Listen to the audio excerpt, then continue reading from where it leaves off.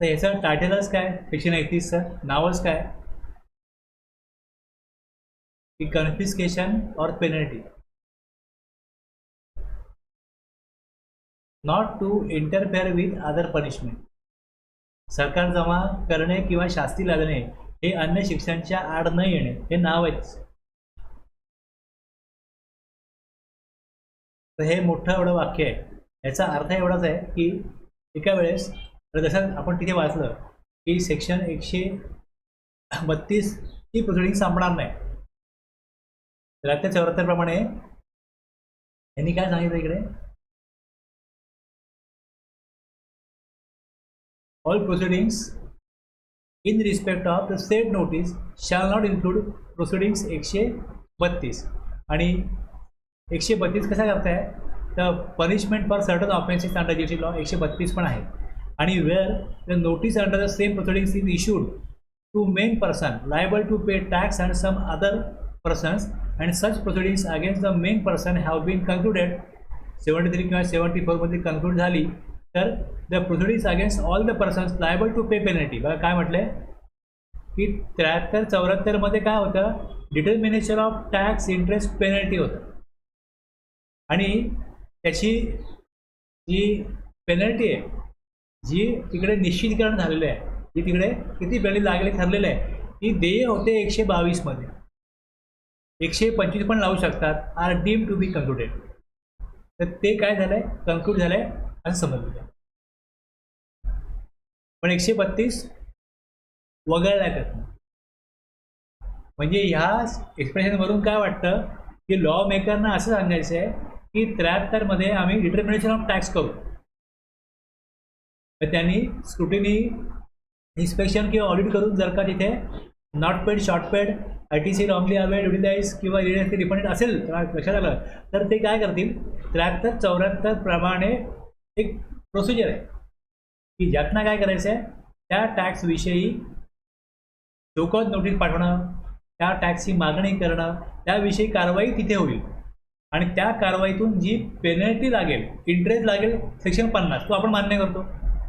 आणि पेनल्टी लागेल 122 प्रमाणे. पण तसं तिथे वर्डिंग नसल्यामुळे काय होतं, असं वाटतं की 73-74 मध्येच पेनल्टी लागते. पेनल्टी तिथे निश्चित होते आणि ती लागू होते 122 प्रमाणे किंवा 125 पेनल्टी लावली जाऊ शकते. पण 132ची प्रोसिडिंग संपली असं होणार नाही. तर 132ची आणि 122ची दोन्ही पेनल्टी लावायची असेल तर लावू शकतो का. आता सिव्हिल प्रोसिडिंग्स अंडर जीएसटी म्हणजे जर का पेनल्टी दिली जाते, आर्थिक त्यावरती भार टाकला जातो. सिव्हिल प्रोसिडिंगमध्ये काय होतं की तुम्ही ही सिव्हिल प्रोसिडिंग आहे, यामध्ये क्रिमिनल नाही आहे काय, जो गुन्हा आहे तो कशा स्वरूपाचा आहे, सिव्हिल प्रोसिडिंग. मग यामध्ये आर्थिक दंड होतो, तो दंड लागेल सिव्हिल प्रोसिडिंग. आणि क्रिमिनल प्रोसिडिंग म्हणजे जेल होईल. 132 मध्ये जेलही होऊ शकते, त्याला कैद होऊ शकते. आणि जे काय आर्थिक त्याला पेनल्टी लावायची आहे 122 होणं लागेल. 122चं संपले पेनल्टी. पण जर ते 132 मध्ये पात्र असेल तर त्याच्यावरती क्रिमिनल प्रोसिडिंग चालू राहील. आणि कॅन गेट रन सायमल्टेनियसली हा सेक्शन 131 सांगतो की हे दोन्हीही एकाच वेळेला चालू राहू शकतं. या अधिनियमाच्या तरतुदीखाली किंवा त्यावेळी अंमलात असणाऱ्या कोणत्याही अन्य कायद्याखाली जी व्यक्ती अन्य कोणतीही शिक्षा लादण्याने पात्र ठरणार असेल त्यास यामुळे प्रतिबंध होणार नाही. 131 सांगतो त्यांनी tax not paid, short paid आहे त्याप्रमाणे त्याला 122ची पेनल्टी पण लागते आणि 132ची पण लागते. तर त्यांनी ते पैसे भरले कॅशमध्ये, ज्यामुळे भरायची भरली त्यांनी, तर त्यातनं 122ची प्रोसिडिंग एंड होईल, पण 132ची चालू राहील. एकाच गुन्हेगाराला दोन पेनल्टी लावल्या जाऊ शकतात का. 131 त्याला कॅन गेट रन सायमल्टेनियसली एका वेळेस दोन्ही लावल्या जाऊ शकतात हे सांगतो. फौजदारी प्रक्रिया संहिता 1973 यामध्ये अंतर्भूत असलेल्या तरतुदींना बाधा येऊ न देता या अधिनियमान्वये किंवा त्याखाली केलेल्या नियमान्वये सरकार जमा झाल्याने किंवा लादलेल्या शास्तीने या अधिनियमाच्या तरतुदीखाली किंवा त्यावेळी अंमलात असणाऱ्या कोणत्याही अन्य कायद्याखाली जी व्यक्ती अन्य कोणतीही एक तर काय याच कायद्यामध्ये जीएसटीच्या कायद्यामध्ये सिव्हिल प्रोसिडिंग पण आहे आणि दुसरं क्रिमिनल पण आहे. आणि दुसऱ्या कुठल्या कायद्यामध्ये any other proceeding under any other law, तीही कारवाई त्या कायद्याखाली होऊ शकते, वेगळ्या कायद्याखाली. In other words, two penalties punishment can be levied parallelly under a different provision of the act, किंवा the imposition of one can't restrict the levy of the other.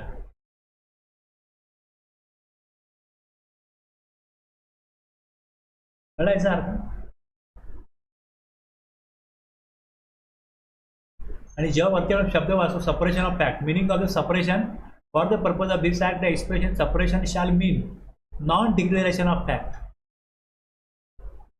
or information which a taxable person is required to declare in the return, statement, a report, or any other document furnished under this act or the rules made thereunder, or failure to furnish any information on being asked for in writing by the proper officer.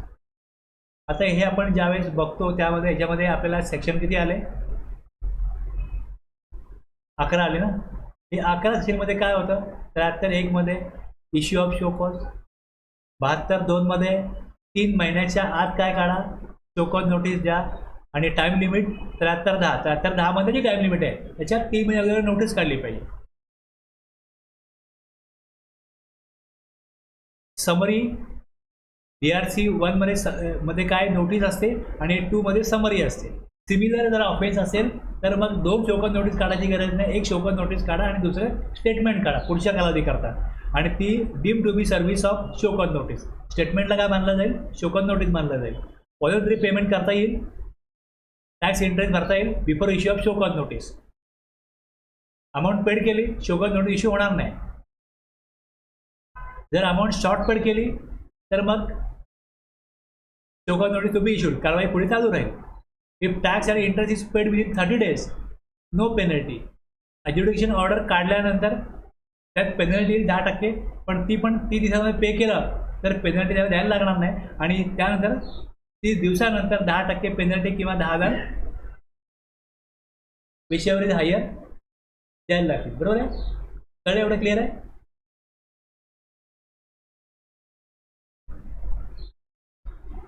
आता रूलमध्ये notice जाईल, statement जाईल, त्याच्या अगोदर intimation जाईल, notice DRC 01, statement DRC 02 आणि intimation DRC 01 आहे. यामध्ये tax interest penalty जाईल.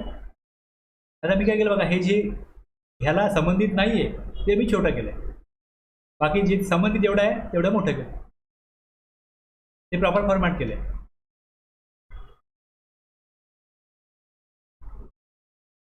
Before show cause notice voluntary payment करायचे ना, where before the service of notice और statement the person chargeable with tax makes payment of the tax and interest in accordance with, interest माफी नाही, interest लागणारच. Interest त्यांनी सांगितलेला असं होतो, इंटरेस्ट जर का उशिरा पेमेंट करतो तर इंटरेस्ट लागणारच आहे. Any person makes payment of tax, interest, penalty और any other amount due in accordance with the provision of the act, whether on his own ascertainment or as communicated by the proper officer. स्वतःहून tax काढून भरलाय किंवा पीओने दिलाय म्हणून भरलाय, काही असो, he shall inform proper officer of such, inform करेल.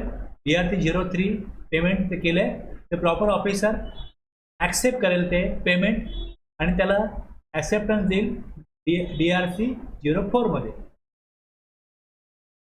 शॉर्ट पेमेंट केलं आहे, आता पर्सन मेक्स पार्शियल पेमेंट, म्हणजे शॉर्ट पेमेंट आहे, पेमेंट पूर्ण केलेलं नाही, जेवढं त्याला पीओला जेवढं एक्सपेक्टेड आहे तेवढं पेमेंट केलेलं नाही आहे.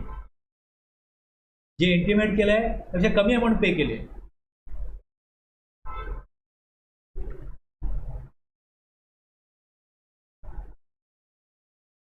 DRC 01A पार्ट बी मध्ये काय होईल, पुढे कंटिन्यू राहणार. Person makes partial payment, desire to file submission against propose liability, he may use part B where the person referred to in part subrule 1A has made partial payment amount communicated to him or desire the file any submission against the proposed liability, he may make such submission in part B.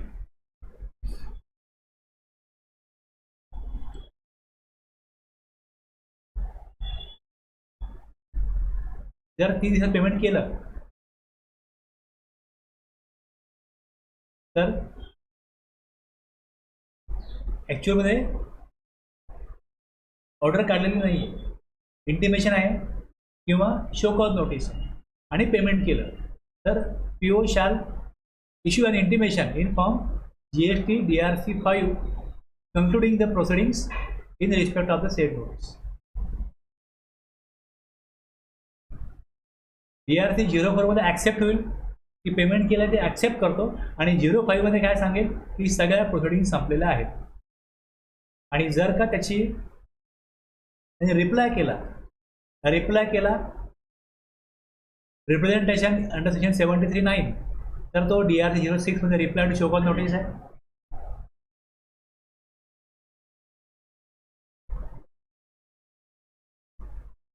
The representation referred to in section 73(9) or the reply to any notice issued under any section whose summary has been uploaded electronically, DRC 01 shall be furnished in form GST DRC 06.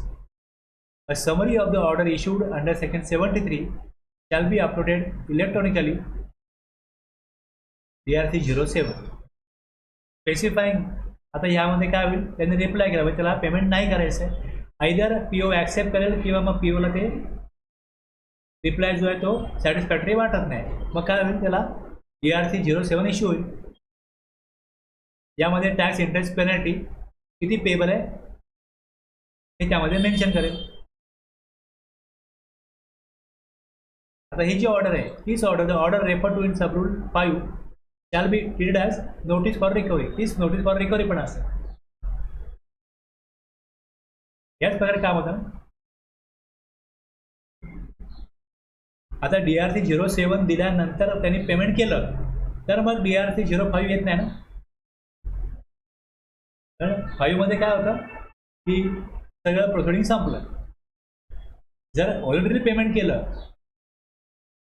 Order काढण्या अगोदर तर मग DRC 05 येईल ती close.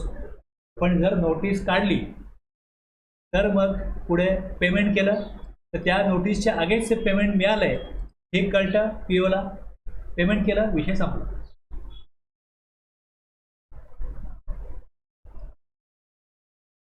आता section 161 आहे ज्यामध्ये rectification of errors apparent on the face of record असेल तर तो करता येईल, चुका दुरुस्ती केली जाते. Where a rectification of the order has been passed in accordance with the provision of section 161 or where an order uploaded on the system has been withdrawn, a summary of the rectification order or of the withdrawal order shall be uploaded electronically by the proper officer. त्याकरता DRC 08 आहे.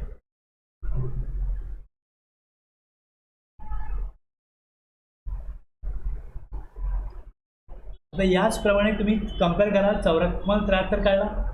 आता 74 मध्ये तसंच आहे, फक्त 74 मध्ये काय आहे, 74 मध्ये काय होतं,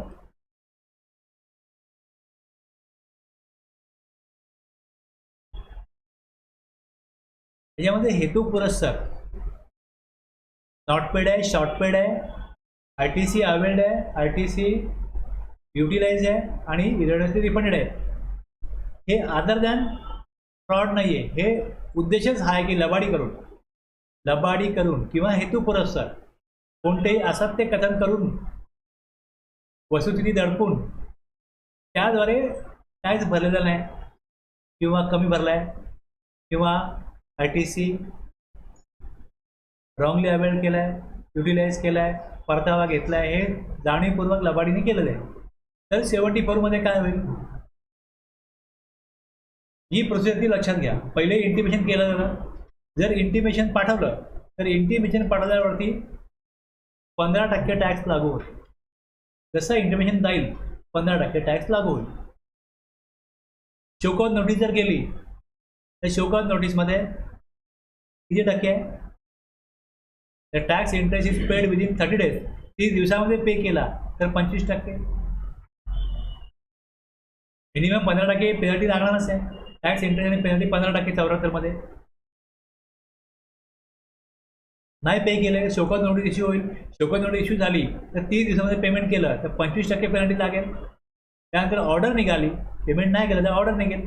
आता ऑर्डर निघाल्यानंतर 50% पेनल्टी लागेल जर 30 दिवसामध्ये पेमेंट केलं तर. म्हणजे ही प्रोसिडिंग या टप्प्याप्रमाणे पेनल्टी वाढवते. पहिल्या टप्प्यात इंटिमेशन पाठवलं तुमच्यावरती कारवाई आम्ही करू इच्छितो, या प्रकारे तुमच्याकडे शॉर्ट पेड नॉट पेड जे काय असेल ते कळवलं जाईल. तसं इंटिमेशन येईल, त्यांनी टॅक्स इंटरेस्ट 15% पेनल्टी बनली, ऑल प्रोसिडिंग ड्रॉप केलं जातं, संपलं सगळं.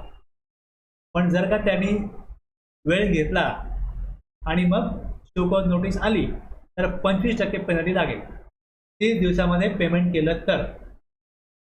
शो कॉज नोटीस 30 दिवस संपले मग ॲक्च्युअलमध्ये ऑर्डर इश्यू होईल. ऑर्डर जर इश्यू झाली, इव्हन ऑर्डर इश्यू झाली किंवा ॲप्लिकेशन ऑर्डर इश्यू झाली तर 30 दिवसामध्ये पेमेंट केल्यास तरी पण तर एक लास्ट चान्स की पेनल्टी 100%च आहे. ही नोटीस ज्यावेळेस निघते तेव्हा 100%च पेनल्टी असते, पण ही डिस्काउंट ऑफर असते की पेमेंट करा 30 दिवसामध्ये. शोकॉज नोटीस आहे, 25% अमाऊंट पे होईल. नोटीस काढायला लावू नका, पुढे ऑर्डर काढायला लावू नका. नोटीस काढले 25% पेमेंट करून टाका. ऑर्डर आली 100%च त्याला पेनल्टी आहे, पण तरी पण 30 दिवसात पे करा, 50% पेनल्टी माफ होईल. ते 30 दिवस जर क्रॉस झाले तर पेनल्टी 100% लागेल. टॅक्सच्या जेवढा टॅक्स देणं आहे तेवढीच पेनल्टी भरायला लागेल.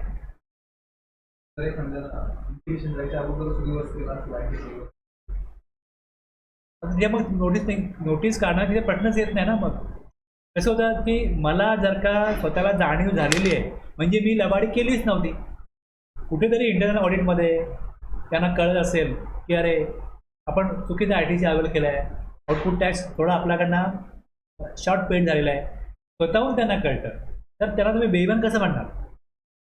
मग ते इमानदारी कॅटेगरीमध्ये आले. स्वतःहून आम्हाला आमच्या इंटरनल ऑडिटमध्ये त्यांना तुम्ही जेव्हा विचारलं जाईल ते आपली बाजू काय म्हणणार की आम्हाला इंटरनल ऑडिटमध्ये कळलं किंवा आमच्या शेड्युल ऑडिटमध्ये इन्कम टॅक्सच्या ऑडिटमध्ये कळलं की हे आमच्याकडे ITC रॉंगली अवेल झाला आहे की आउटपुट टॅक्स प्रॉपर पे नाही आला आहे, कुठेतरी पेमेंट आलं आहे पण इन्व्हॉइस इश्यू करायला राहिला होता, हे आम्हाला कळलं तर आम्ही तो इन्व्हॉइस इश्यू केला आणि त्याप्रमाणे आम्ही टॅक्स भरला, इंटरेस्ट भरला. मग इन्व्हॉइस इश्यू केला नव्हता आणि माल मी पाठवला होता, मग याच्याबद्दल तुम्हाला 125 पेनल्टी का लावू नये. हे होऊ शकतं. 122 मध्ये जर का त्यामध्ये तरतूद नसेल तर 125 पेनल्टी लागेल. इन्व्हॉइस तुम्ही इश्यू न करता माल पाठवतात कसं काय, पेमेंट आलेलं आहे पण ह्याचा इन्व्हॉइस कुठे आहे, ऑडिटमध्ये कळलं, म्हणून आम्ही काय केलं तो इन्व्हॉइस इश्यू केला त्या डेटला आणि तो टॅक्स भरला आणि इंटरेस्टही भरला. म्हणजे कुठेतरी त्यांचं ऑब्लिगेशन राहून गेलं होतं, त्यानुसार 122 पेनल्टी लावली जाऊ शकते का, तर हो. 125ची हो, पण त्यांना तुम्ही 75 मध्ये फ्रॉड काय ठरवाल. जो निश्चितीकरण करायचं आहे की किती टॅक्स देणं आहे, किती इंटरेस्ट देणं आहे, त्यांनी टॅक्स इंटरेस्ट भरला आहे. प्रश्न काय येतो, पेनल्टी जास्त आहे 74 मध्ये, मग 74 मध्ये तुम्ही त्याला लबाड म्हणून प्रूव्ह कसं करणार. 73 ची नोटीस काढणं सहज आहे. 73 मध्ये नोटीस काढायला काही प्रॉब्लेम नाही, समोर दिसतंय सोडीमध्ये मध्ये किंवा ऑडिटमध्ये की बाबा ह्यांनी टॅक्स भरलेला आहे, तो नॉट पेड आहे, शॉर्ट पेड आहे, तसं पेमेंट दिसते पण इन्व्हॉइस दिसत नाही. मग हे मी पैसे कसे घेतले, इन्व्हॉइस नाही इश्यू केला, माल पाठवला पण इन्व्हॉइस इश्यू नाही केला,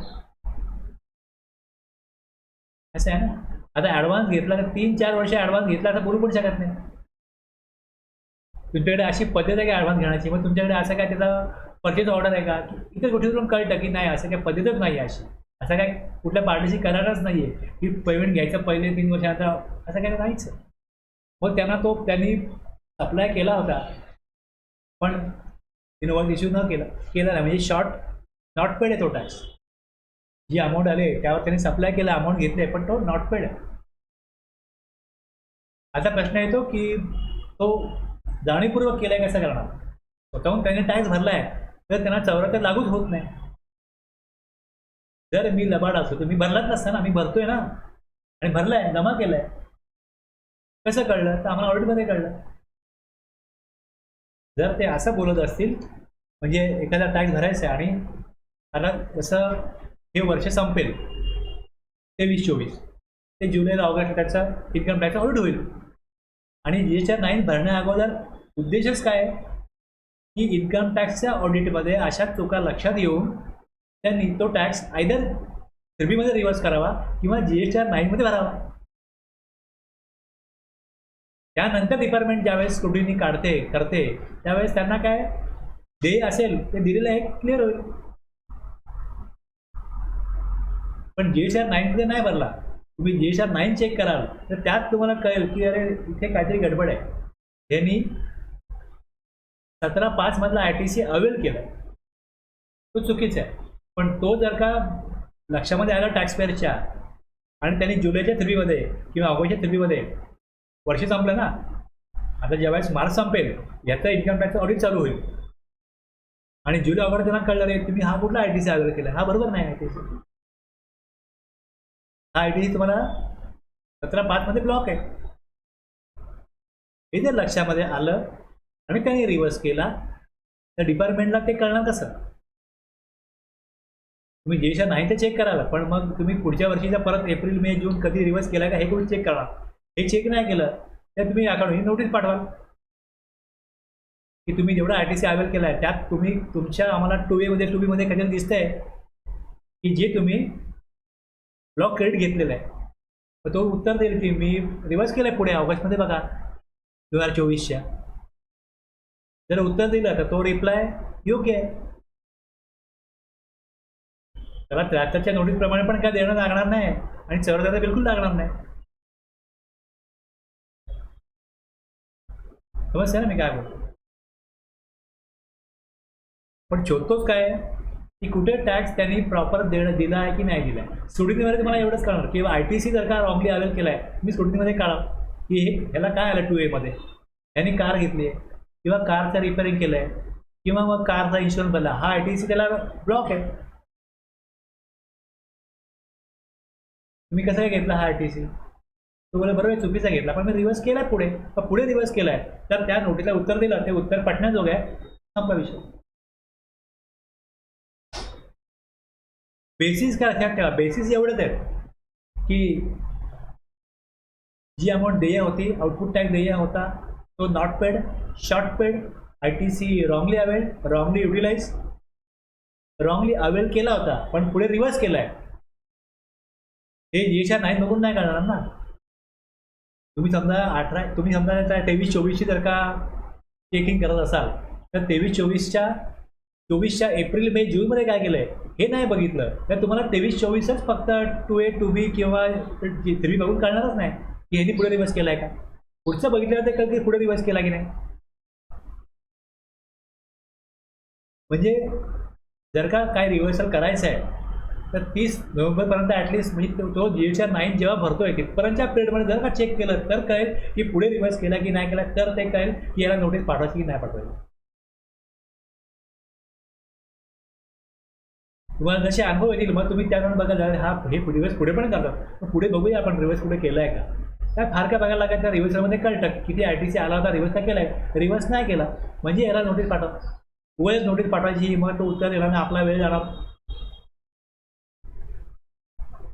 कुठल्या बेसिसवरती, कुठल्या ग्राउंडवरती कशा पाहिजे नोटीस बनवायची, कशी पाठवायची, त्याला काय उत्तरं येतात, हे अनुभव आल्यानंतर मग नोटीस पाठवण्याजोगे कोण पर्सन आहे हे लक्षात येतं आणि त्याप्रमाणे त्याच्यावरती मग पुढे त्या स्टेप घेणं हे तुम्हाला बरोबर कळेल, मला असं वाटतं. बरं, ते हे सगळं तुम्ही वाचाल ते त्याचप्रमाणे सगळं वर्डिंग आहे की 73चं आहे. फक्त फरक एवढाच आहे की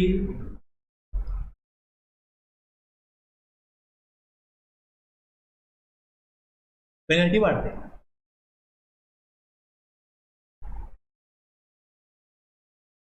तर इथे तोच रूल लागेल 142. मग इथे मी काय केलं, फक्त 73 पेज 52 73 छोटे केले, 74 विषयी आहे, 74 वाचा, बाकीचं बघून वाचा, जे याला गैर लागू आहे ते वाचू नका.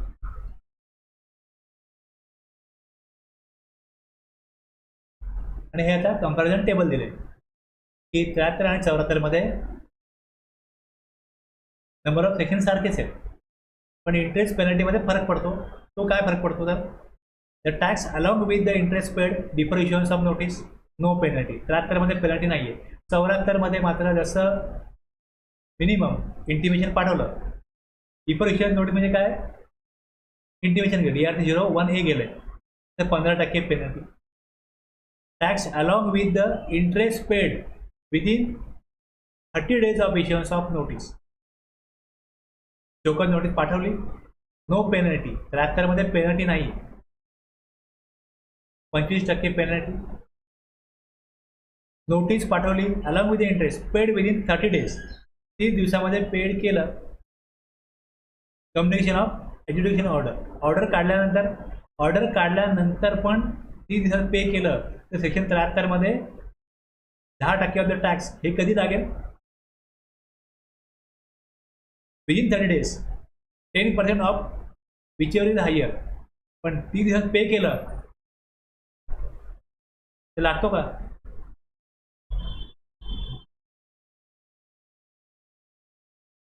पेनल्टी येत नाही ना. काय म्हणतो मी,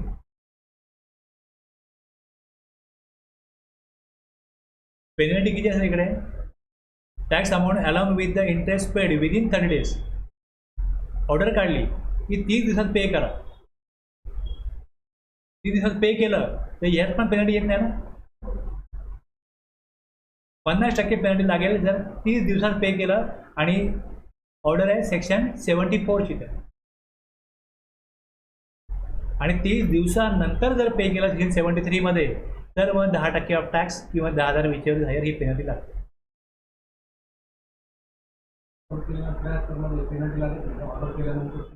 एक मिनिट,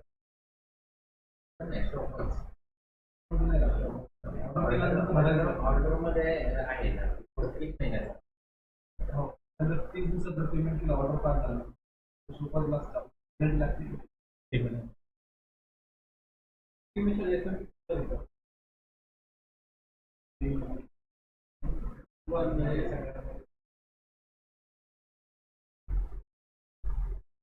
काय दिलंय, penalty payable, penalty under section 73(9). Penalty किती आहे 73(9) मध्ये, 73(9) मध्ये ऑर्डर आहे education order with maximum penalty of 10% और 10,000. The proper officer shall after considering the representation, म्हणजे त्याचं बोलणं ऐकून घेतलं, रिप्लाय बघितला का, if any made by person chargeable with tax determine the amount of tax interest and penalty equal to 10% of the tax और ₹10,000 which is higher due from such person issue an order. ऑर्डरमध्ये आलेली आहे penalty 10% किंवा 10,000 which is higher. 73(11) काय बोलतो बघा,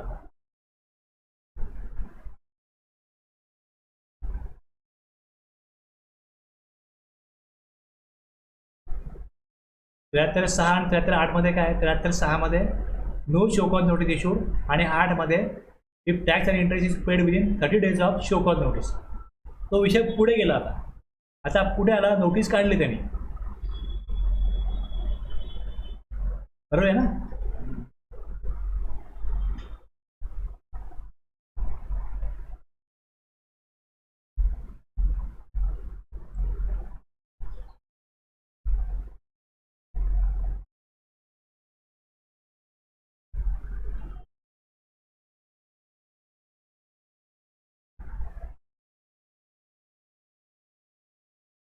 मध्ये notice आहे आणि 11 काय बोलतो का,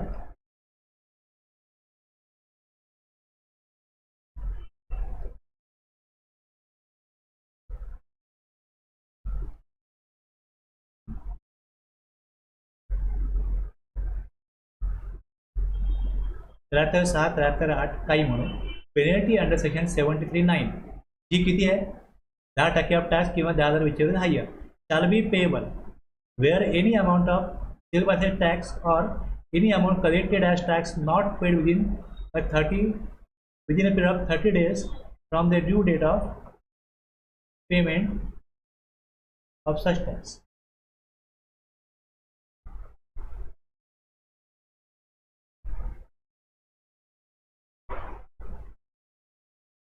penalty shall be payable where ही कंडिशन आहे, हे लक्षात घ्या. पेनल्टी जी 10% आहे ती शॅल बी पेएबल वेअर.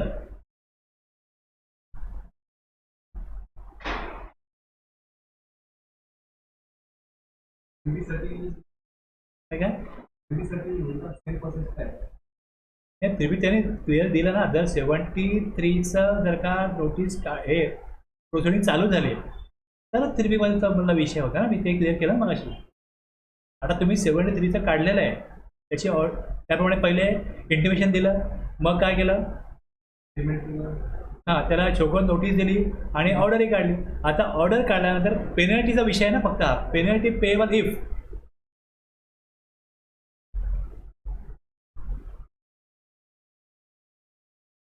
मध्ये काय दिलं, पेनल्टी दिली ना. पेनल्टी जी आहे shall be payable where any amount of tax. आता यात कसं होतं, त्यात त्यांनी पुढे पण दिलं की टॅक्स जेव्हा भरायचा आहे, जर इंटरेस्ट लागू आहे तर ते नोटीसमध्ये सांगितलेलं असो अगर नसो, इंटरेस्ट हा द्यायचाच आहे. जर नोटीस पाठवली आहे आणि जर का शॉर्ट पेड नॉट पेड किंवा काही आहे, जर त्याच्यावरती इंटरेस्ट लागू होत असेल तर तो मागो न मागो इंटरेस्ट हा दे राहील. त्यामुळे इथे इंटरेस्ट म्हटलं नाही हे बघू नका. फक्त विषय काय की जेव्हा ते इथे टॅक्स म्हणतायत तेव्हा इंटरेस्ट हा आहेच. तर पेनल्टीचा विषय असा आहे, पेनल्टी ज्यावेळेस आहे shall be payable where any amount of 0% tax or any amount collected as tax has not been paid within a period of 30 days from the date of payment of such tax.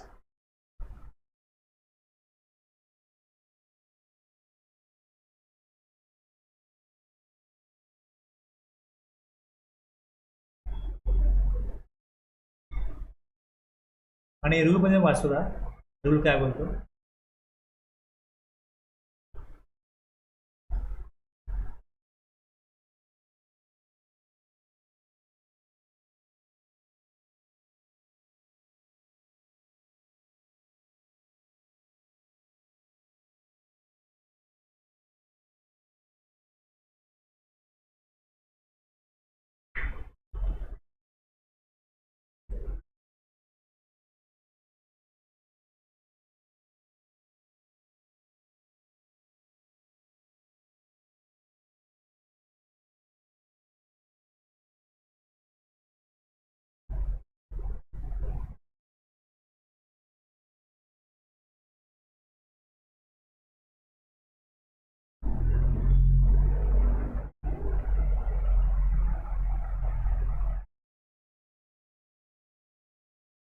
रूलमध्ये फक्त ती procedure आलेली आहे, त्यामध्ये काय नाही.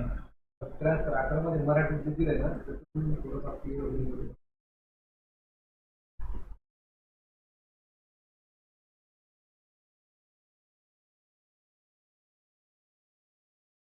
आणि जास्तीची रक्कम म्हणजे द्यायचे भरलं नाही तर बरोबर. हे 3 दिवस भरलेच नाही. ऑर्डर झाल्यानंतर जर ती पेमेंट केलं, पेमेंट ऍक्टिव्ह होणार नाही बरोबर. तर त्याला भरलीच नाही तर तुम्ही ज्यावेळेस डिमांड पाठवताय ते तुम्ही 3 दिवसानंतरच पाठवताय. डिमांड जेव्हा तुम्ही नोटीस पाठवताय, शोकॉज देतो ना, 30 दिवस त्याला आधी कळवतो आपण, त्यावेळी पेनल्टी नाही भरायची. पण एकदा ऑर्डर सर्व झाली ना की त्याच्यानंतर ना त्याला 30 दिवस हे वगैरे राहणार नाही. त्याच्यानंतर तो खाली म्हणून त्याने दिले 73(6) आणि 73(8) मध्ये काही असो, इलेक्ट्रॉनिकली सर्व म्हणून एक ऑर्डर. एकदा जर ती हे झाली तर टॅक्स, इंटरेस्ट आणि पेनल्टी त्याने इश्यू झाली की त्याच्यात परत काही बदल करता येणार नाही. ती सगळी रक्कम त्याला पेडच करायचं पुढे.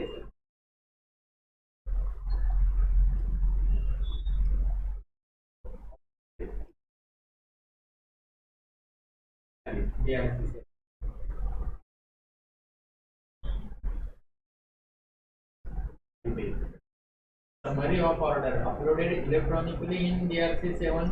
एकदा DRC 7 आलं का मग त्यामध्ये amount of tax, Tax, interest, penalty as the case may be payable as percentage. Fix तिथं नाही चेंज होणार. 7 मध्ये काही नाही. 7च्या आधी तुम्हाला 30 दिवसात भरले तर ती वेळ होणार penalty. सीजीएसटी 10%, सीजीएसटी 10%, आयजीएसटी आलं किती पहिले हे आपल्याला क्लिअर होतं. आता हेच दिलं इकडे, नो पेनल्टी दिलंय, या इकडे no penalty. Tax amount notice काय दिलंय, show cause notice, no penalty. पण एकदा ऑर्डर आली का पुढे इथे पेनल्टी आहे, हेच त्यात दिलेले, हेच त्याच दिलेले.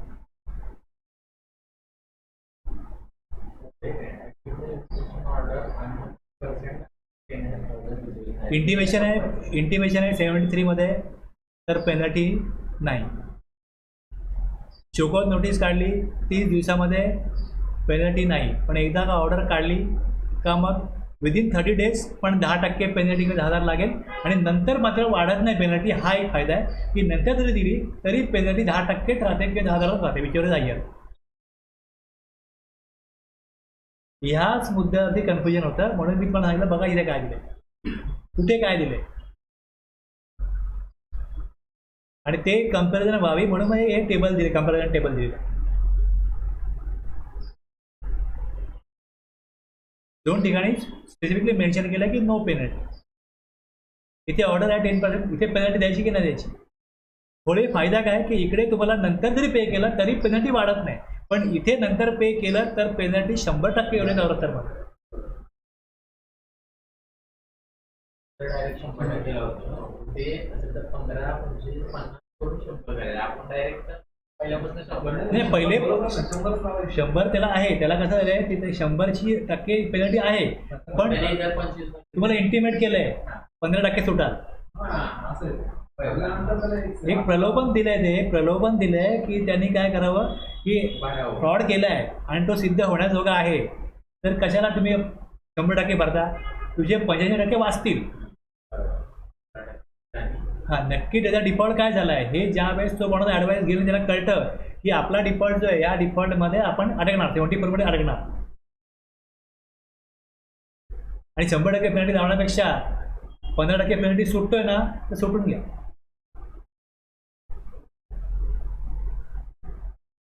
तरी पण मग त्याने वेळ गेला आणि नोटीस आली तर 25% सुटणार आहे हे त्याला कळतं. त्याला एखादा ॲडवाईस नाही पडला, दुसऱ्याकडे गेला, दुसरा बोलेल की अरे 25% भर पेनल्टी आणि 25% वाचव. आणि मग एकदा का ऑर्डर आली का मग 50% मिनिमम त्याला पेनल्टी आहे, आणि 30 दिवसानंतर मग 100%.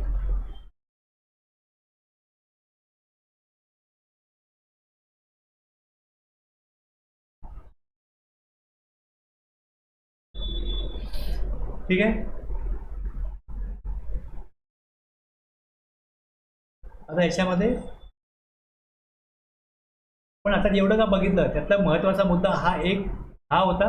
दुसरा हा आहे की जी डेडलाईन आहे नोटीस इश्यू करायचा टाईमलाईन पिरियड जो आहे तो 3 वर्ष किंवा इथे 5 वर्ष आहे, 74ला 5 वर्षे, तर 4 वर्ष 6 महिन्यामध्ये त्याचा शोकॉज नोटीस गेली पाहिजे. 74ची नोटीस जर पाठवली तिथे गेली पाहिजे, आणि 2 वर्ष 9 महिन्यामध्ये काय केलं पाहिजे, शोकॉज नोटीस. आणि ऑर्डर समजा 1 वर्षामध्ये तुम्हाला कळलं की बाबा हे नोटीस पाठवली तर पाठवण्याचा प्रश्नच नाही काय. मॅक्झिमम टाईम लिमिट 2 वर्ष 9 महिने. जसं ESR 9 भरला, कधी येतं भरणार, 2024ला इथे भरला, इकडे 2025 आहे, इकडे 2026 आहे, इकडे 2027 आहे. हा 3 वर्ष संपत आहेत. तुम्ही इकडे समजा कारवाई केली, जानेवारीमध्येच केली 2025ला, शोकॉज नोटीस पाठवली, प्रश्नच नाही, मग ऑर्डर काढता येईल पुढे. पण लास्ट कधीपासून परत शोकॉज नोटीस इथपर्यंत, इथे जो कालावधी आहे 31 ऑक्टोबर 2025, 26, 27, मग त्याच्या पुढे काय होईल, त्याचं तर सगळी कारवाई संपली. पुढे आता कारवाई करण्याचा अधिकार सरकारला राहत नसतो. हे दोनच मुद्दे लक्षात घ्यायचे आहेत. आणि फॉर्म तुम्ही बघितले तर मग इंटिमेशन आणि मग शोकॉज नोटीस आणि मग त्याचा ऑर्डरचा फॉर्म, आणि बाकी कुठले फॉर्म होते अजून, त्याला कोणतरी पेमेंट करेल DRC 03 मध्ये, त्याचा ॲक्सेप्ट होईल DRC 04, आणि मग all proceeding end DRC 05, reply करायला DRC 06, आणि मग ऑर्डर DRC 07. रेक्टिफिकेशन झालं तर DRC 08. 8 फॉर्म येतात त्याच्यामध्ये, 8पर्यंत.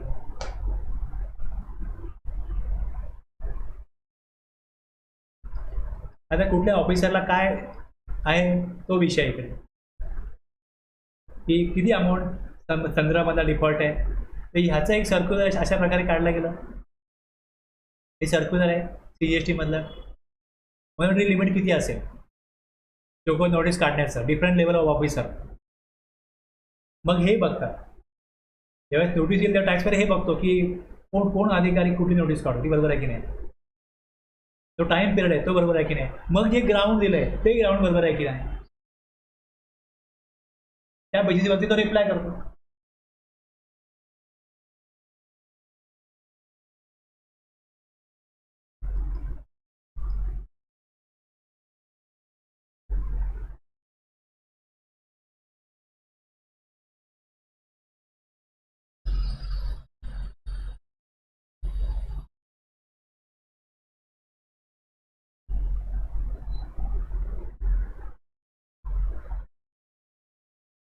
हे लिमिट दिलं हे आहे. आता 75 मध्ये बघा, याच्यामध्ये पण 13 सेक्शन आहेत. सेक्शन 79 मध्ये 13 सेक्शन आहेत. हे काय सांगतात, मध्ये वाचाल तुम्ही, त्यात पण मी मराठीमधला मॅटर टाकलेला आहे.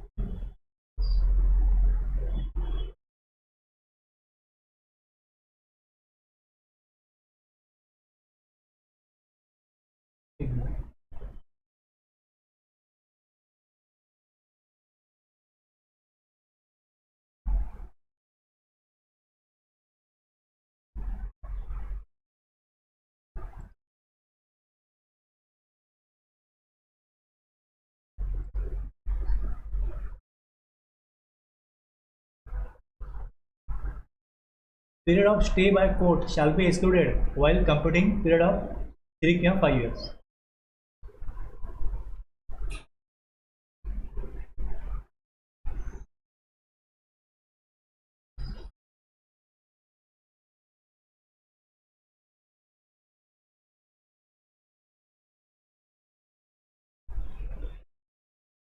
तुम्हाला 2023 हे वर्ष संपेल मार्चला. याचा GSTR 9 भरला जाईल 31 डिसेंबर 2023ला. 2024, 2025, 2026 पर्यंत 3 वर्ष होतात. आता समजा इथे तुम्ही 2026ला मे महिन्यामध्ये इकडे काय केलं, याला जो कॉज पाठवली ते व्हॅलिड आहे, बरोबर आहे. मे, जून, जुलै, ऑगस्ट, सप्टेंबर, ऑक्टोबर, नोव्हेंबर, डिसेंबर 8 महिने बाकी याच्यात नोटीस काढली. 3 महिने अगोदर ॲटलीस्ट काढली पाहिजे. 8 महिने अगोदर काढली व्हॅलिड आहे. आता त्यांनी त्यामध्ये काय रिप्लाय केला आणि त्यानंतर तो ॲक्सेप्ट नाही केला डिपार्टमेंटनी आणि मग अपील वगैरे सगळा कोर्ट मॅटर गेला. आणि जर त्यानंतर ऑर्डर काढायची जी डेट आहे 31 डिसेंबर, ही केस पुढे चालली आणि 2027ला पुढे कळलं की आता ह्याला काय करायचं आहे, डिमांड फायनल झालं. कोर्टाने पण सांगितलं की ह्याचं डिमांड जे रेस केलं आहे डिपार्टमेंटने ते बरोबर आहे.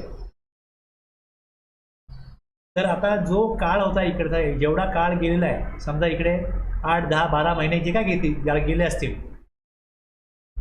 हे नोटीस 31 डिसेंबरला काढायचे, जे 8 महिने गेले असतील ते वजा केले जाते. म्हणजे असं मानलं जाईल की एवढा कालावधी तर त्यांनी दुसरा, त्याला असं वाटतं की आपल्यावरती अन्याय म्हणून तो कोर्टात गेला आणि इतर जो वेळ त्यात गेला तो वेळ वजा करून, तुम्ही बघा की हे मेला काढलंय, जून, जुलै, ऑगस्ट, समजा इथे हे फायनल असतं समजा 25 ऑक्टोबरला, तर 25 ऑक्टोबरला जर का तो कोर्टात गेला तर 25 ऑक्टोबरचा पुढचे जेवढे महिने आहेत, दिवस आहेत, हे सगळे वजा केले जातील आणि 25 ऑक्टोबर प्रमाणे शोकॉज नोटीस काढता येते, काढता.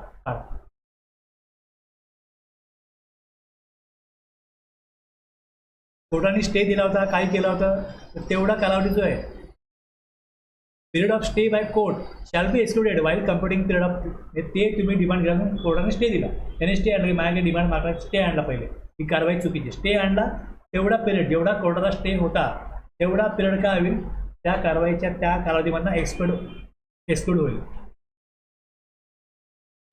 एक शस्त्र आहे ना हे टॅक्स पेअर करता की चला स्टे आणा, मग स्टे आणला तर तुमचा पिरियड संपला, तुम्ही नोटीस काढू शकत नाही.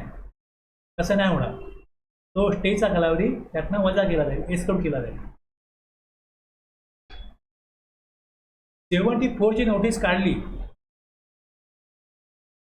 Fraud under section 74 not sustainable. सिद्ध झालं असं की 74 नाही लागू शकत, योग्य नाही आहे. Then notice initially issued shall be deemed to be a notice issued under section 73(1). तो फ्रॉड नाही आहे, चूक झाली त्याच्याकडनं, पण ह्युमन मिस्टेक आहे, म्हणजे बोनाफाईड केस आहे, फ्रॉड केस नाही आहे असं मानलं जातं.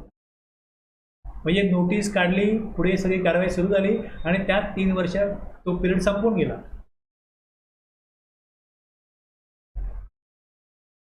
परत नोटीस काढा असं नाही. शोकत नोटीस काढलेली आहे ना, 74 लागू होत नाही, 73 लागू होतो. समजा इथे ही नोटीस काढली, 2024 नोटीस काढली, ही 74ची काढली आणि 74 समजा इकडे काढली, कुठे इथे काढली, 74ची नोटीस काढली इकडे. ओके. आणि शो कॉज नोटीस काढण्याचा जो कालावधी होता, शेवटी 3 महिने बाकी आहेत, त्यानंतर असं कळलं की 74 लागू होत नाही, 73 लागू करा. हे कधी कळलं? समजा इकडे नोव्हेंबरला कळलं, नोव्हेंबर 2027ला. तर आता 74ची नोटीस जी काढली होती, 74 प्रूव्ह होत नाही, नॉट सस्टेनेबल आहे. मग परत नोटीस काढायची म्हटली तर पिरियड राहिलेला नाही, 73 पण लागू होणार नाही आणि 74 पण लागू होणार नाही, असं होणार नाही. जी नोटीस अगोदर 74नी काढली होती तीच नोटीस 73ची म्हणून कारवाई पुढे चालू राहील.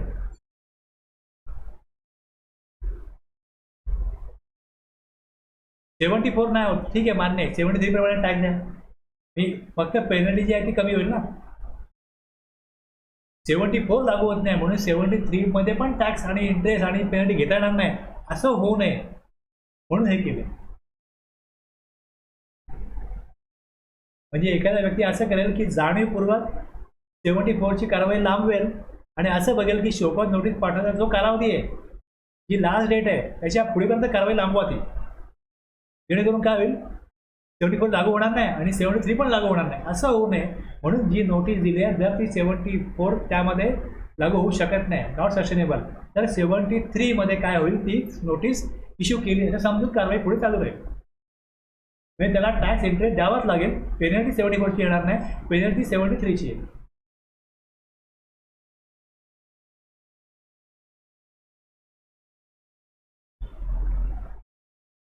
If fraud under section 74(1) not sustainable, then notice initially issued shall be deemed to be a notice issued under section 73(1). Okay, इथे सर्क्युलर पण आहे.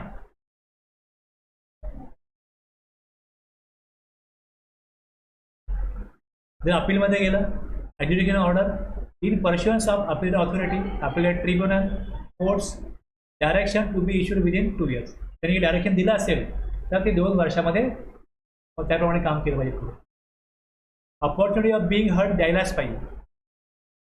नोटीस पाठवली तर त्याचं म्हणणं ऐकून घेतलंच पाहिजे.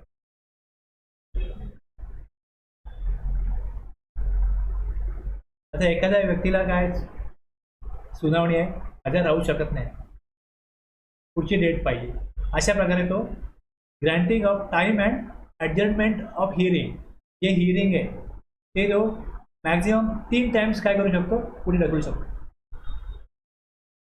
त्याला स्थगित करू शकतो 3 वेळा. स्थगिती हे 3 वेळापेक्षा जास्त कालावधी होणार नाही. The PO in is order relevant facts and basis of decision to be given in order.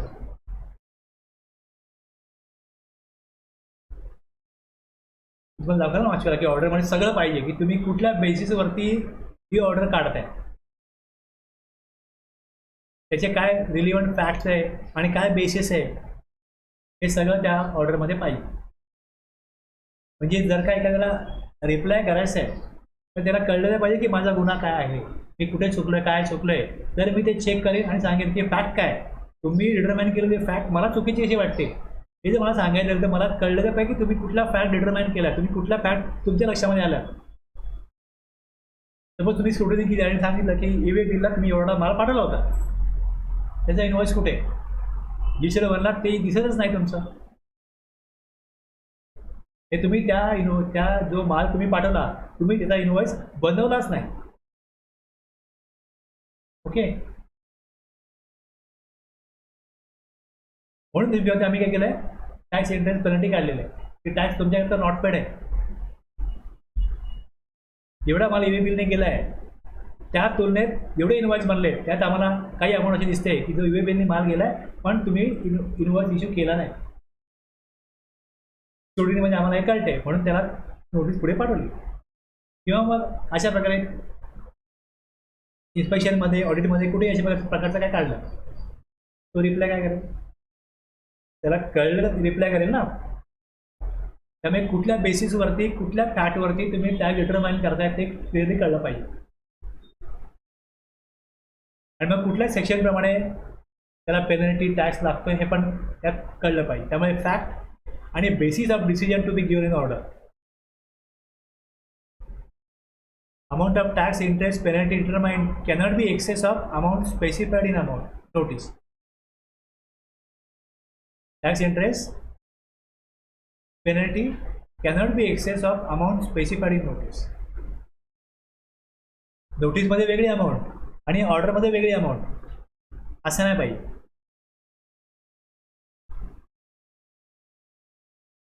A80 code modifies amount of tax, modify interest penalty accordingly. जर मॉडिफाय केली अमाऊंट तर त्यानुसार त्याचं इंटरेस्ट आणि पेनल्टी पण मॉडिफाय, इंटरेस्ट मॉडिफाय होईल. जर amount कमी झाली तर इंटरेस्ट कमी होईल ना. जर होत असेल तर चेंज तर त्याप्रमाणे ते पण मॉडिफाय झालं पाहिजे. Payment of interest mandatory even if not specified. मग अशी बोलतो ना मी की इंटरेस्ट नाही दिला तरी तो कंपल्सरी असणारच आहे. डिटरमाइनिंग टॅक्स हे येतच कधी, tax not paid short paid आहे, वेळेत टॅक्स भरला नाही म्हणून मागितला जातोय, मग इंटरेस्ट येणारच आहे, तो त्यात मागो न मागो. Deem conclusion of adjudication proceeding if DO is not issued within 3 years 5 years. तो कालावधी गेला का सगळी कारवाई संपलेली आहे असा त्याचा अर्थ होतो. 3 वर्षानंतर 73 आणि 5 वर्षानंतर 74. Exclusion of certain period if appeal filed by department against decision. आता ह्याचं काय आहे,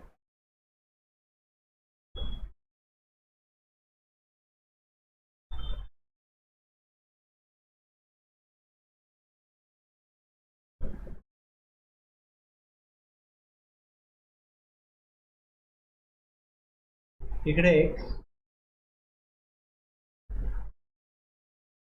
टॅक्स पेअर ए आहे. ओके, दुसरा इथे टॅक्स पेअर बी. ओके, आता टॅक्स पेअर एचं एक समजा सर्व्हिस आहे, त्या सर्व्हिसमध्ये किंवा त्याची जी ॲक्टिव्हिटी आहे त्यात तो गुड्स म्हणतोय, डिपार्टमेंटला सर्व्हिस वाटतं 12% हा रेट लावला. ओके, तसंच टॅक्स पेअर बीमध्ये पण तो सिमिलर ॲक्टिव्हिटी करतो ज्यात त्यांनी 12% काय लावलं आहे, जे टॅक्स इन्व्हॉइस इश्यू केले 12% GST कलेक्ट केलं. डिपार्टमेंटने सांगितलं टॅक्स पेअरला की तुमचं जे काय ॲक्टिव्हिटी आहे ती गुड्स नाही सर्व्हिस आहे नाही, टॅक्स तुमचा 18% पाहिजे. आता ह्याचं जे काय प्रोसिडिंग आहे ते अपीलात गेलं. सिमिलर ह्याला पण आहे, ह्याला नोटीस दिलेली आहे.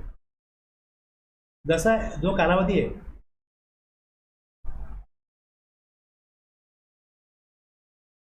याला नोटीस दिली आहे, कारवाई चालू आहे. आता याला इथे नोटीस दिली आहे, इथे नोटीस दिली आहे, 1 वर्ष संपला, इकडे 2 वर्ष संपलं, इकडे नोटीस दिलेली आहे. आता ऑर्डर काढायची आणि ग्राउंड सिमिलर आहे, टॅक्सपेअर एचं आणि बीचं ग्राउंड सिमिलर आहे. आणि आता इकडे जर का डिपार्टमेंटच्या विरोधामध्ये काय आलेलं आहे, ठीक आहे, आलेलं आहे. आणि डिपार्टमेंटने काय केलंय,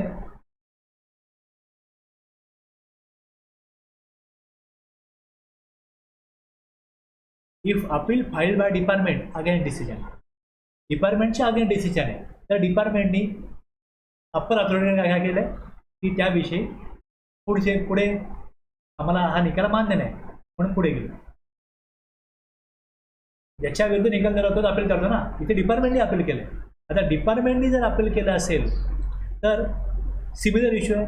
जेवढा वेळ जाईल, जेवढा पिरियड जाईल की ह्याचं उत्तर यायला, डिपार्टमेंटला असं वाटतं की आपल्या फेवरमध्ये डिसिजन येईल, पण तोपर्यंत याला नोटीस देऊन ठेवले.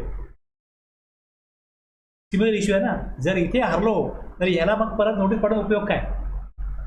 आणि जर तिकडे डिपार्टमेंटच्या फेवरमध्ये डिसिजन गेलं तरी ह्याला नोटीस पाठवायची. पण तिथपर्यंत काय होईल की हा एक पिरियड आहे, इकडे काय केलं पाहिजे, मॅक्झिमम ऑर्डर काढली पाहिजे. शोकावत दिलं त्याला, ऑर्डर काढली पाहिजे, ऑर्डर काढली पाहिजे. जर ऑर्डर त्या वेळेत नाही काढली तर काय होईल, तो टाईम पिरियड लॅप्स होईल, मग पुढे ऑर्डर काढता येणार नाही. तर जो पिरियड जाईल डिपार्टमेंटनी अपील केलंय ते निर्णय येईपर्यंत, तो निर्णय येईपर्यंत exclusion of certain period if appeal file by department against decision, तेवढा पिरियड जो आहे तो विचारात घेतला जाणार नाही.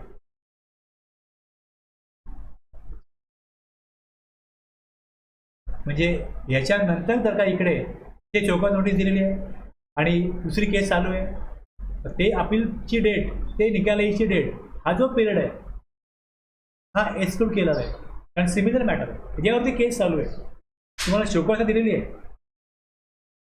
जर डिपार्टमेंटच्या फेवरमध्ये डिसिजन गेलं तर ऑर्डर काढतील, आणि जर अगेन्स्ट गेलं तर मग ऑर्डर नाही काय.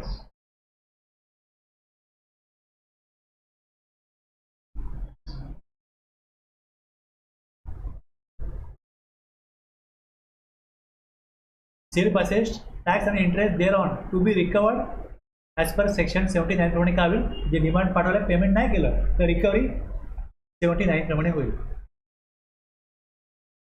जर 73, 74 इम्पोज, जर तो इम्पोज केला तर नो अदर पेनल्टी, त्याप्रमाणे जी पेनल्टी येईल ती पेनल्टी येईल, दुसरी penalty applies for the same act or omission येणार नाही. हे लक्षात घ्या. हे दिल्यामुळे काय झालं की आपण जे बघितलं आता की ऑल प्रोसिडिंग एंड 132 नाही, मग 132ची प्रोसिडिंग चालू ठेवायची असेल तर त्याला मग अधिकार पाहिजे, तो 131 मध्ये आहे की सिमिलर ऑफेन्स आहे, पण जर तो 132च्या पण कक्षामध्ये येतो तर 122ची पण पेनल्टी लागेल, आणि 132 प्रमाणे जी पेनल्टी येईल किंवा जो त्याला शिक्षा होईल म्हणजे कैद होते ती कैदही होईल. अदरवाईज एका सेम ॲक्ट किंवा ओमिशन, ॲक्ट म्हणजे कृती आणि ओमिशन म्हणजे अकृती, एका कृती किंवा अकृती करता दोन अदर पेनल्टी येऊ शकत नाही.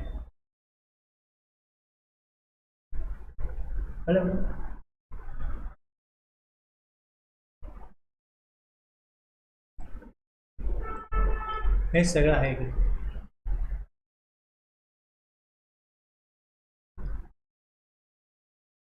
एक एक काय वाचलं आपण, एक एक बघू परत. Period of stay by court shall be excluded within while computing period of 3 to 5 years, where the service of notice or issuance of order is stayed by an order of a court or appellate tribunal.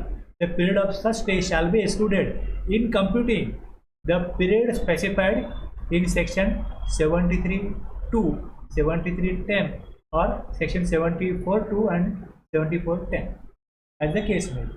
तो period exclude होईल.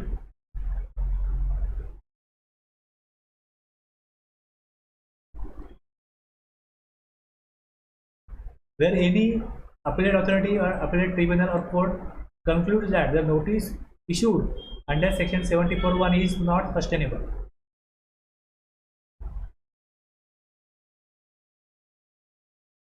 Notice समर्थनीय ठरत नसल्या नाही 74 for the reason that the charges of fraud or any willful misstatement or suppression of fact to evade tax has not been established against the person to whom the notice was issued.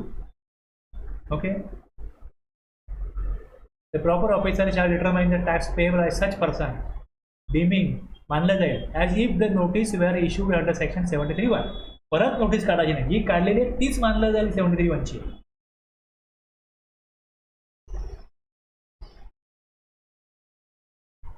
When any order is required to be issued in pursuance of the direction of the appellate tribunal, जर अशी गरज आहे अशा appeal प्राधिकरणाच्या किंवा appeal न्यायाधिकरणाच्या किंवा न्यायालयाच्या निर्देशानुसार कोणताही आदेश काढणे आवश्यक असेल, त्या बाबतीत असा आदेश उक्त निर्देश कळविण्यात आल्याच्या दिनांकापासून 2 वर्षाच्या आत काढण्यात येईल. त्यानंतर मग काढता येणार नाही, 2 वर्षामध्ये काढला पाहिजे, टाइम लिमिट दिले.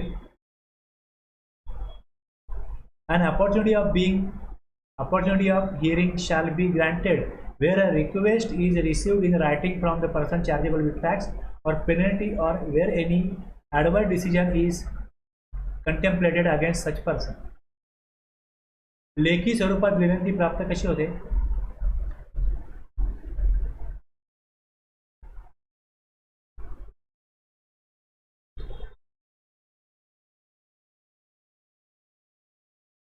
इथे आहे ना असं, याच्यामध्ये रिप्लाय जेव्हा केला जातो तिथे ऑप्शन आहे पर्सनल हिअरिंगला यायचं आहे का, यात तो रिप्लाय करायलाच प्लस तो पर्सनल हिअरिंग पण घेऊ शकतो, त्याने घ्यायला पाहिजे.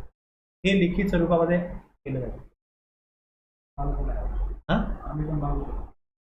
हां, ह्यात त्याला स्वतःनं पण त्याने दिलेलं आहे ना, त्याला नोटीस पाठवले, त्याला पीओला उत्तर द्यायचं आहे, हेच आहे ना ते. तुम्ही काय मागू शकता? घेऊ शकतो. हां, ह्याचं ते सांगितलं ते की तुम्ही त्याला एकदा विचारून घेतलं आणि समोरून कम्युनिकेट झालं तर त्याला अपॉर्च्युनिटी ऑफ बिंग हर्ड दिलेलं आहे, ॲक्च्युली त्याने द्यायला पाहिजे. तो रिप्लाय करतोय तर फक्त तेवढाच की नोटीसला रिप्लाय केला इलेक्ट्रॉनिकली तेवढाच पुरत नाही, तर तुम्ही पर्सनल या.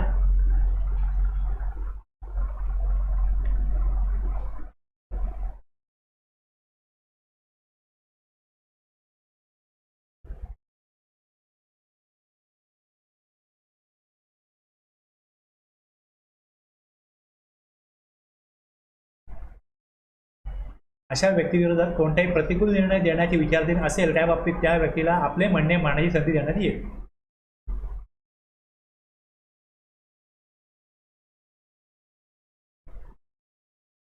The proper officer shall, if sufficient cause is shown by the person chargeable with tax, grant time to the said person and adjourn. सुनावणी तहकूब किंवा स्थगित होईल ना, म्हणजे मग the hearing. किती वेळा? No such adjournment shall be granted for more than 3 times to a person during proceeding. 3 वेळा तो स्थगिती तहकूब करू शकतो सुनावणी.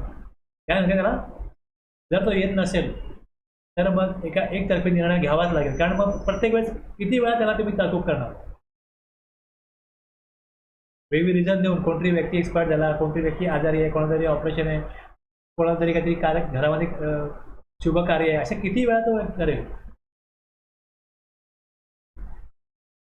ठीक आहे ना, 3 वेळा दिलेलं आहे. The amount of tax, interest and penalty demanded in order shall not be in excess of the amount specified in the notice. No demand shall be confirmed on the ground other than the ground specified in the notice. जे दिलेलं आहे त्याच्यावरच तुम्ही काय करायला पाहिजे, आदेशात मागणी करायची व्याजाची रक्कम त्या नोटिशीमध्ये विनिष्ट केलेल्या रकमेपेक्षा अधिक गाठणार नाही आणि त्या नोंदणीत विनिष्ट केलेल्या कारणाव्यतिरिक्त इतर कोणत्याही कारणास्तव त्या मागणीस कुठली येणार नाही. जे ग्राउंड आहे त्या ग्राउंडवरच टॅक्स पेनल्टी इंटरेस्ट घेतला जाईल आणि जेवढं नोटीसमध्ये दिलेलं आहे तेवढीच अमाऊंट आदेशामध्ये जाईल.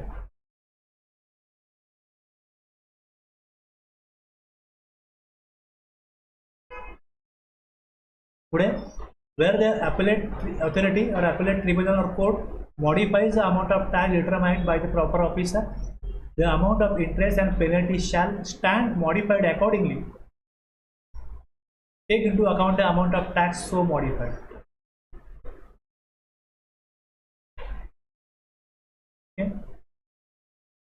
जर टॅक्सची अमाऊंट काय झाली, जी अमाऊंट आहे त्यात फेरबदल केला, न्यायालयाने फेरबदल करेल, अशा फेरबदल केलेल्या कराची रक्कम विचारात घेऊन तदनुसार व्याज आणि पेनल्टी, इंटरेस्ट आणि पेनल्टी हे लागू होईल.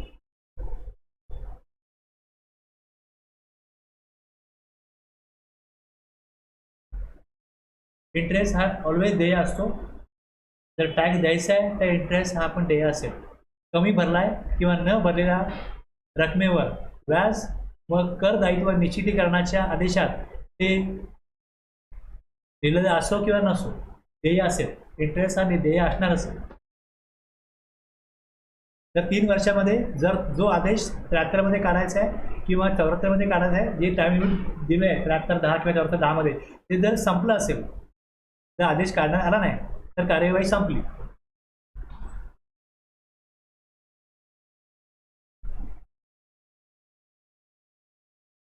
An issue on which काहीतरी इश्यू आहे, the issue on which the appellate authority or the appellate tribunal or the court has given its decision which is prejudicial to the interest of revenue in some other proceedings and appeal to the appellate tribunal or the high court or supreme court against the decision of the appellate authority or the appellate tribunal or the high court is pending. The period spent between जो period दिलाय, काय दिलाय इकडे की appellate authority, tribunal किंवा हायकोर्टाने has given it decision, इतर काही कार्यवाहीमध्ये महसुलाच्या हिताच्या बाजारात आणणारा निर्णय दिलेला आहे. असा कुठला इश्यू आहे तो डिपार्टमेंटच्या अगेन्स्ट त्याच्याविरुद्ध निर्णय दिलेला आहे. आता यामध्ये काय केलंय की an appeal to the appellate authority or the high court or the supreme court against such decision of the appellate authority or the appellate tribunal or the high court is pending. ते pending आहे. The period spent between the date of the decision of the A and that of the AT or the date of decision of निर्णय दिला appellate tribunalने आणि that the date of high court. एक decision झाला ज्या डेटला आणि पुढचा decision दुसऱ्या डेटला झाला, या 2 डेट मधला जो कालावधी आहे, हायकोर्टात केस गेली, डिसिजन विरोधात गेला, त्या डेटला निर्णय आलाय, त्यानंतर सुप्रीम कोर्टची डेटमध्ये निर्णय आलाय, या 2 डेट मधला जो कालावधी आहे shall be excluded in computing the period referred to in 73-10 or 74-10 where proceedings are initiated by way of issue of a show cause notice under the said section.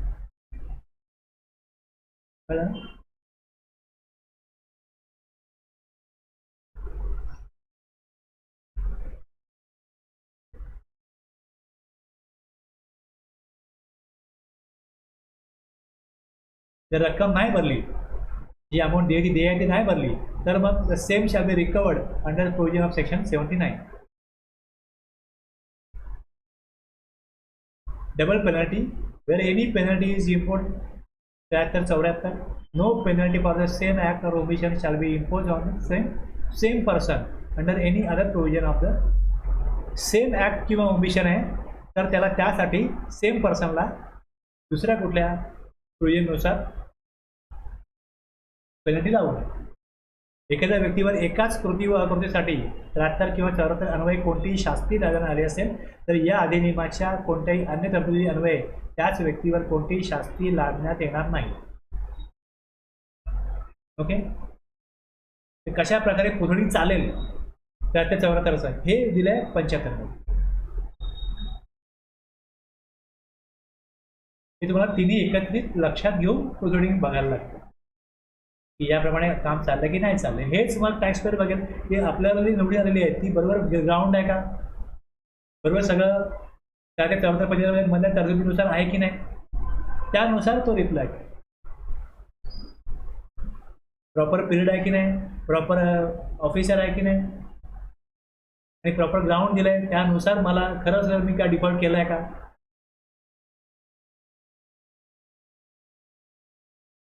थांबूया.